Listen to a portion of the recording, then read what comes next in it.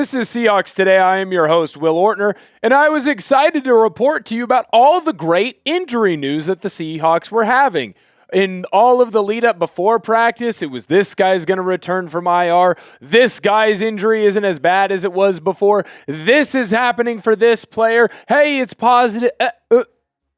And then at the end of practice, at the very end of practice, when the injury report got released, there were some very interesting injuries that were not being talked about before practice got started this week for the Seahawks. What am I talking about? I'll get into that in just a moment. But I do want to start the show on a positive twist, and that's that it looks like George Holani is going to be back in action. You know that we released a video yesterday before practice came out where we were talking about George Holani and the prospect of him being able to play for the Seahawks. It sounds like it's a pretty done deal right now that not only is Holani going to be an option, but he will go out and play. This is a tweet that I posted from my Twitter account at Will Ortner. If you are not following me there, you need to do so right now. Look at how early I got that tweet out. You are going to get to know the Seahawks news that you want to know first by following me there on Twitter. So follow me at Will Ortner.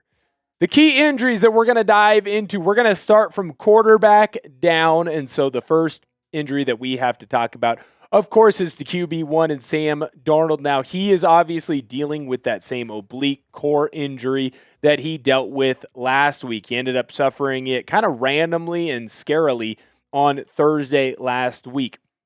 The most recent update comes to us from Michael Sean Dugar of The Athletic. Sam Darnold basically went to the media and said his core is getting better every single day. Obviously, he's still going to be a limited participant in practice. Why is that? Well, the core injury, the oblique injury, that's not something that you can necessarily play through. And what I mean by that is the more that you play through it, the more that it ends up aggravating the injury, making it worse and worse and worse.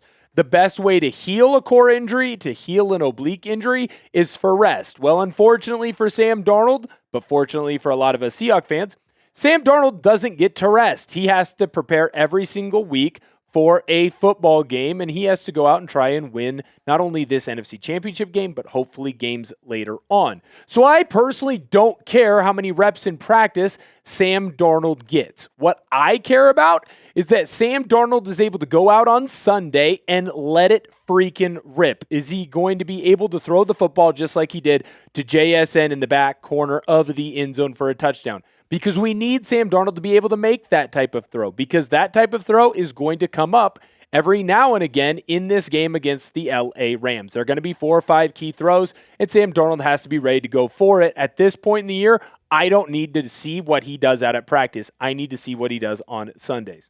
It now sounds like, from what Sam Darnold has to say, that it is at least somewhat improving. He said he felt good the day after the playoff game. That's a big day where you see a lot of soreness, a lot of re-aggravation of injuries for players. And he's continuing to go into the training room and get his body right and get his body into a position that he needs so that he can go out and excel and perform at the highest level for this Seahawks football team. When you look at his 2025 playoff stats, Darnold looked pretty darn good in the one-game action, I would say, for a guy with an oblique injury. Obviously, Darnold's bugaboo has been his turnovers, right? He's had issues with interceptions and, of course, with fumbles. Now, in this last game against the 49ers, Sam Darnold wasn't asked to do a whole lot, but he did a great job of making sure that those turnovers did not come up. Those turnovers did not happen. So I would say I was very impressed with everything that Sam Darnold did. And if he's going to get better, that is only going to be a good thing for the Seattle Seahawks. So the more that I look at what's going on right now with Sam Darnold, I do think it is important to note as well with that core injury, him being a limited participant in practice is actually going to end up being a good thing in the long run too, in case the worst case scenario does end up happening.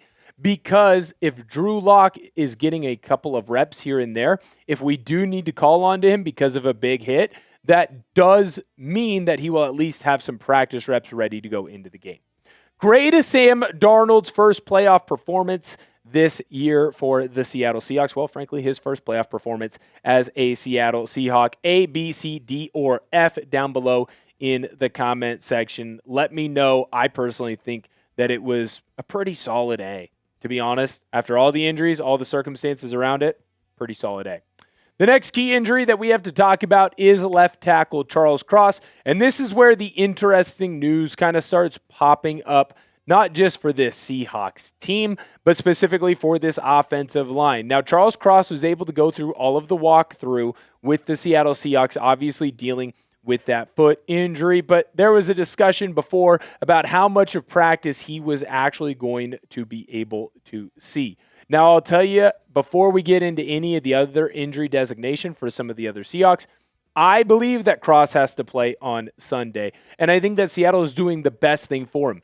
Charles Cross has been in the National Football League now for quite some time. We know that he knows how to prepare himself and prepare his body to be at its peak performance on Sundays. So just let him recover to a point where he is able to go at 110% or as close to 110% as he possibly can be. At least that's how I'm looking at it right now, especially as we get ready to talk about the injury issues for the other tackles on this offensive group.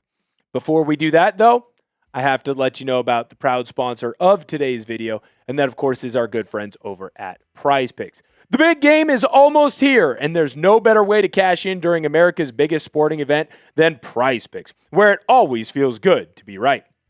And since the big game is right around the corner, that also means it's your last chance to get into football action before next season. So close the season out right with Prize Picks by getting $50 instantly in lineups when you play your first $5.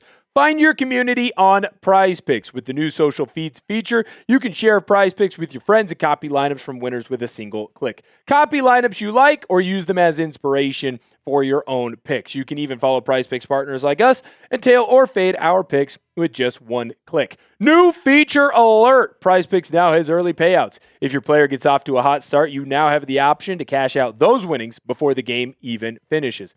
I have a 2-pick power play for the action this weekend. Cooper Kupp more on his receiving yards. Matthew Stafford less on his pass yards. Download the Prize Picks app today and use code CLNS to get $50 in lineups after you play your first $5 lineup. That's code CLNS to get $50 in lineups after you play your first $5 lineup. Prize Picks. It's good to be right. Josh Jones. That's the next injury that we have to talk about because Jones continues to be unable to get out and practice for the Seattle Seahawks team. That's why it's so imperative for Charles Cross to be ready to go. Jones is the backup tackle, the swing tackle for this Seahawks team, and frankly, he's been fantastic when he's been in action this year for Seattle. The way that he was able to hold it down at left tackle against the Rams, Panthers, and 49ers to close out the year was very impressive, and it allowed the Seahawks team to get to where they are, which is the number 1 seed in the NFC. But he has continued to show up on the injury report unable to go out and play for this team, which means that Amari Kite has been the backup for the Seattle Seahawks. And frankly, I actually thought that he had a pretty decent performance on a Saturday against the San Francisco 49ers. Here's the thing, though. He now missed practice as well. So not only did Charles Cross not practice, at least he went through walkthrough, Josh Jones didn't practice, and neither did Amari Kite. At this point, I don't know that I can trust Jones to be ready to go out and play for the Seattle Seahawks team on Sunday after all of the time that he has missed with his injury. I'm hopeful for Amari Kite to be ready to go because he just played. He's still a player that is really strong and is helping the Seahawks team and is continuing to get better. But to sit here and say, well, if Cross goes down, do I feel comfortable with the guy who missed a Tuesday practice and Amari Kite? I would not say that. So to me, not only does Charles Cross have to do everything that he needs to do to be able to play, he needs to play at the utmost of his ability. So if that means he doesn't practice all week, then he doesn't practice all week. And I'm completely okay with that. Allow him to work his way back. Allow him to make sure that he gets his body in the best position to perform on Sunday. Because right now, I don't know that Jones is going to be ready to go, and I seriously have a little bit of worry about Amari Kite. Make sure that you subscribe to the channel if this is your first time viewing a Seahawks Today video. Hit that sub button. We are in a battle with the Rams report right now for the most subscribers this week. That is our sub battle, not only on the field, but it is here at Chat Sports. So come on in, hit that sub button if you love the Seattle Seahawks and you want the Seahawks to beat the Rams. We got you covered, by the way, all 2026 long. The last key injury designation that we need to talk about is George Holani, because not only is he able to start practicing again, he is in a great shape and option to play on Sunday. At least that's what Mike McDonald said. Of course, another tweet coming to us from the Athletics' Michael Sean Dugar. Great reporter. Really love checking out his stuff. So it sounds like that George Holani has actually been, while he's going through his injury rehab and preparation, he's actually been in a pretty good spot to help this team. He's just almost waiting for his opportunity to come back out and be ready for the squad. Now that he's getting his chance, I think that Holani is going to come in. And frankly, if I'm reading the tea leaves correctly, I think that Holani is going to be the number 2 option. I was asking you last night who was going to be the second option for the Seahawks in this rushing attack. It seems pretty clear to me that it's going to be Holani, and I'm pretty darn fired up about it. When you look at the Seahawks injury report, it is pretty damn long, especially compared to the Rams, which we will get into more later on today on our live, as well as in a VOD after. You can look. Kite did not practice, Jones did not practice, and neither did Cross. Now, the rest of the way, it was a pretty decent injury report in the fact of most of the guys that were limited. I still feel like they were in a good position to play for this team, and they're going to put themselves in the best spot to be ready to go on Sunday. Right now, after you've looked at the injury report, what are your thoughts for the Seahawks? Is it a good report? Is it a bad report? Is it one of those things that it just kind of is what it is for right now, and eventually the Seahawks will get it right? Let me know down below in the comment section. And while you're there, head on over to X or onto Instagram and follow me at Will Ortner. I got Seahawks content coming out for you ASAP. Here's the thing about Twitter and Instagram.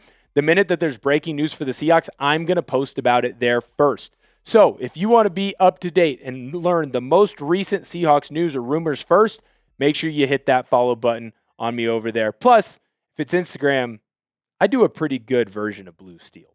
Thank you guys so much for tuning in to today's video, and I'll catch you guys next time.